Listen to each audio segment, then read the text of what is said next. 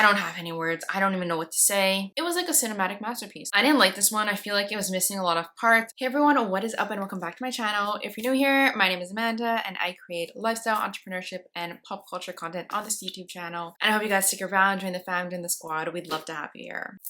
I am quite annoyed because this is the third time I'm literally filming this video. I filmed this video yesterday and I went to go edit it today, and then I saw that it was in slow-mo and I was like, oh my god, I didn't even know my camera did that. And then I just sat down 20 minutes ago to record this, and then I went to go look at it and it was in slow-mo again. So if it's in slow-mo again right now, I literally will do bad things. I don't even know, but we're just gonna jump into this video because I'm tired. I'm tired of filming this. Welcome to my August film diary. If you didn't know, I studied film in college and I have such a love for film and I wanted to incorporate it in my channel somehow. So basically what I do is every single month I'll go through my Letterboxd and talk about the movies that I watched, let you know what I rated it, all those things. So we're gonna jump into it one last time because I've went through this Letterboxd diary thing for these movies 3 times now. This is the 3rd time. So we're just gonna jump into it because I don't know how much longer I can talk. The first movie I watched is called The Incredibly True Adventure of Two Girls in Love. This was released in 1995, directed by Maria Maggenti. There's a first time for everything. An adventurous love story between 2 young women of different social and economic backgrounds who find themselves going through all the typical struggles of a new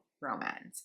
Now, this movie, I didn't even know it existed. Basically what I did was one night I was bored and I wanted to watch a movie because I literally don't do anything. And I was scrolling on, I don't even know if it was like Netflix or Prime, and I was just trying to find a movie to watch and I fell upon this and I was like, you know what? I love me a good sapphic movie. So I watched it and I thought it was so cute, and I also found out that the movie was dedicated to the director's first girlfriend. And I wanted to die in that moment when I found that out. I was like, that is so cute. Like, I need somebody to direct a movie for me. So do with that what you will. I just thought it was such a cute movie. It was like a fun, lighthearted, like sapphic movie. I feel like the casting was really well done. I really enjoyed it. So yeah, I gave it a 4 out of 5 and I wrote, I love lesbian coming of age movies. Honestly, any coming of age movie is my shit, and especially if it's like a queer one. So if you have any coming of age movies, whether it's queer or not, please comment them down below because I need to watch it. Next, I had a rewatch. I rewatched Maze Runner: The Scorch Trials. This was released in 2015, directed by Wes Ball. The maze was just the beginning. Thomas and his fellow gladers, or gladders. If you know me by now, you know I don't know how to read or pronounce words sometimes, so bear with me. Thomas and his fellow gladders, or gladers, face their greatest challenge yet, searching for clues about the mysterious and powerful organizations known as WCKD. Their journey takes them to the Scorch, a landscape filled with unimaginable obstacles. Teaming up with resistant fighters, the Gladers, or Gladders, take on WCKD's vastly superior forces and uncover its shocking plans for them all. Now, I feel like Maze Runner, like the whole series, is just like a staple in my generation. It's like not my favorite movies, but I'll watch it because it just is nostalgic in some shape or form. I don't even know. But I was like 17 when it came out, and it's a nostalgic movie, and I also used to have the biggest, fattest crush on Dylan O'Brien. He's still a little cutie. Anyways, it's not my favorite movie. I just watch it because it's nostalgic, and that's all I really have to say about it. I gave it a 3 out of 5. Next, someone suggested that I watch Portrait of a Lady on Fire. So of course, when someone that I care about suggest a movie, I watch it. So this was released in 2019, directed by Sidin Shyama. I don't know how to pronounce that. Don't regret, remember. On an isolated island in Brittany at the end of the 18th century, a female painter is obliged to paint a wedding portrait of a young woman. This movie literally was a cinematic masterpiece. It was so beautifully done, and the score, like the music that they use in the background, just fit perfectly into the movie. It was like a cinematic masterpiece, like I just said. I thought it was really cute. The ending literally had me holding my breath a little bit. I was like, oh my god. But yeah, I thought it was super cute and I loved it. Honestly, going to think about this movie for a while, but it was so good and I really enjoyed it and it's super cute. I gave this a 4 out of 5. Then I watched Longlegs. This was released in 2024, directed by Osgood Perkins. Say your prayers. In pursuit of a serial killer, an FBI agent uncovers a series of occult clues that she must solve to end his terrifying killing spree. I enjoyed this movie. I'm a very big like thriller, psychological thriller type of person. So I really enjoyed it. You can obviously tell this is a Nicolas Cage movie. One thing that I hated, and I hate in general, is when movies end in a way that like you have to kind of decipher or figure out what actually happens at the end. And I hate that. Like, just tell me what the fuck happens. Tell me what happens. I don't want to use my imagination right now. I don't want to be creative. Just tell me what happens. So the ending of this was kind of open for like interpretation. I did my research. I looked into different theories. I believe different theories, but I wish they would just tell me what happened. But it's okay. It was a good movie nonetheless. Nicolas Cage, who plays Longlegs. If I saw this man on the street, I don't even know what I would do. Men scare me already, but this man, I don't know what I would actually do. I'd genuinely be terrified. Like I would. I don't know. Yeah, I think it was good. It kept me on my toes. I think the story was like a cool, interesting one. I enjoyed it. I gave it a 3.5, and that's what I gave it. Okay, moving on. Then I watched It Ends With Us, released in 2024, directed by Justin Baldoni. There is a trigger warning for domestic violence in this, and suicide, I think, and death. So just want to put that out there. We break the pattern, or the pattern breaks us. Lily overcomes a traumatic childhood to embark on a new life. A chance meeting with neurosurgeon Ryle sparks a connection, but Lily begins to see sides of him that remind her of her parents' relationship. I did read the book, so that's why I wanted to watch this movie. I do think it like portrayed the book well. There are some things that I would have portrayed a little bit more, or like that they forgot and like didn't put in, but overall I think it was well done. I think the casting was fine. There's so much fucking drama now though with like Justin, Blake, Colleen. Like this was a drama filled movie, post-production, post everything. I do think that they should have had better training for like interviews and stuff, because some of the shit that these people are saying about like domestic violence and stuff in these interviews and like on the carpets is wild and crazy, and I don't even know. But if we're gonna focus on the movie, I think it was well done. I loved the flower shop in it, super cute. I don't really like flowers. I only like 2 types of flowers. If you know, you know. But I thought like it was cute. And it wasn't like a typical flower shop. It was like a flower shop that I would go into. Not saying that like I wouldn't go into a regular one. I probably would, but this one was more like aesthetic, like my vibe type of flower shop. But anyways, I gave it a 3 and left it at that. Then I watched Truth or Dare, released in 2017, directed by Nick Simon. Do the dare. 8 college friends head to a haunted rental in a remote town for Halloween weekend. There they play the game rumored to have caused the deaths of 7 teenagers decades earlier, Truth or Dare.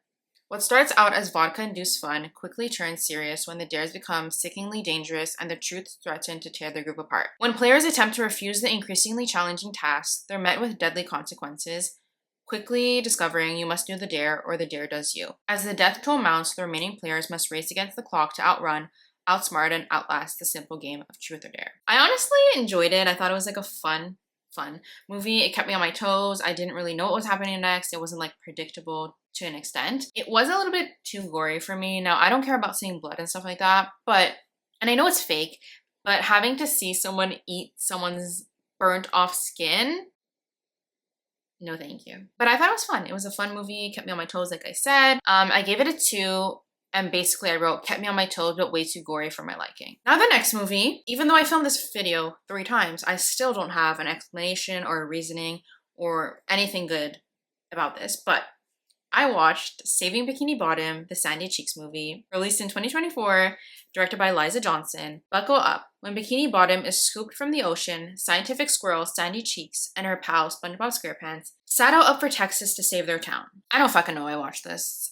I don't even know how I finished it or why I finished it, because this was like awful. It was so bad. This is not the SpongeBob that I remember watching when I was younger. I don't have any words. I don't even know what to say. Just don't watch it. Don't watch it. I gave it a 1 and didn't even have anything to say because I still don't have anything to say. Anyways, moving on. Then I watched Ready Player One, released in 2018, directed by Steven Spielberg. A better reality awaits. When the creator of a popular video game system dies, a virtual contest is created to compete for his fortune. This movie, I also read the book. So a little backstory. The book is one of my best friend's favorite books. So obviously I read it when they told me that. And then they also hate the movie. So I went into the movie and I was like, I'm not going to be biased about this.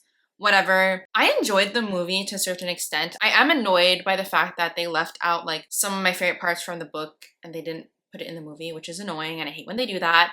I do also think it was a little bit fast paced, and then I know like it's kind of hard in movies sometimes to like have like the full stories and details in the book shown in the movie. I know it's difficult, but I do think like some parts just were a little bit too fast and they should have slowed it down a bit, and it felt like rushed at the end. But I did enjoy it. I did prefer the book, to be honest, but I loved like the effects they used and everything in it. So I gave it a 2.5, and I quoted, "Reality is the only thing that's real," because that quote is everything and I love it. And then I wrote, "To be honest, preferred the book, but the effects were cool." Then I watched Crush.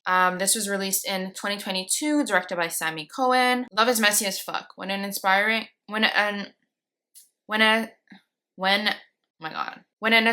young artist is forced to join her high school track team, she uses it as an opportunity to pursue the girl she's been harboring a long-time crush on. But she soon finds herself falling for an unexpected teammate and discovers what real love feels like. Now, I don't know if I was just having an emotional day or I was in my feels or whatever the fuck, but this movie made me cry. It was more of like a wholesome, "oh, so cute, I want to be loved like that" cry, but it made me cry, so do with that what you will. I thought it was such a cute movie. It was like a little queer coming of age movie. I love when there's movies about queer people, but it's not focused on their queerness. It was literally just focused on a teenager having a crush on someone and falling for them. And it wasn't like a queer person is falling for a queer person. It was basically just a teenager is falling for another teenager. And I love that. I thought the storyline was cute. I loved the actors. It was cute. It was wholesome and I loved it. I gave it a 4 out of 5, and I said my little gay heart is not okay, because it clearly was not okay. Then on the little queer sapphic stream or whatever, I rewatched the half of it, released in 2022, directed by Alice Wu, a different kind of love story. Shy straight-A student Ellie is hired by sweet but inarticulate jock Paul, who needs help wooing the most popular girl in school.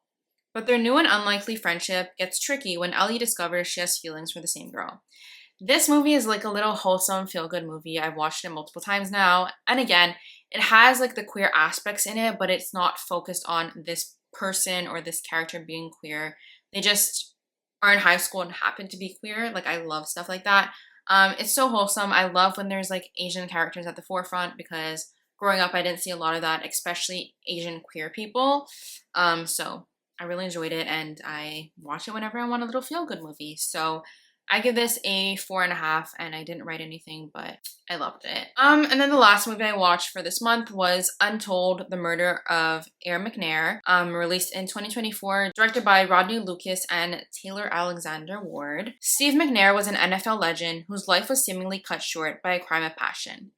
Is there more to this chilling tragedy than meets the eye? Again, I find it hard to like rate true crime movies or documentaries, because I'm like, the shit that happens in it is so sad and like disgusting. So whenever I'm saying like a rating or whatever, review or whatever, it's on how like the story's told and like the documentary and how it's portrayed. I didn't like this one. I feel like it was missing a lot of parts. I feel like it was rushed. It was really short, and I feel like it just didn't answer all the questions that should have been answered in a documentary. So I just didn't enjoy it. I gave it a 1 and calls it a day. I swear to God, if this video, obviously if you're watching right now, it's not in slow-mo, but if I go and edit this and see that it's in slow-mo, I will be screaming. I will be screaming. So hopefully you're seeing me talk right now, and yeah, because I will cry. But thank you guys so much for watching. I hope you guys enjoyed. Please comment down below any movies that you have, any suggestions, the best movie you watched in August, any movies you think I would like. I love me a good thriller, psychological thriller, horror, mystery movie. I love me a good coming of age movie. I love a good queer movie, and I love a good true crime documentary. So if you have any suggestions, please comment them down below. I would love to hear them. And yeah, thank you guys so much again for watching, and I will see you guys next time. Bye guys.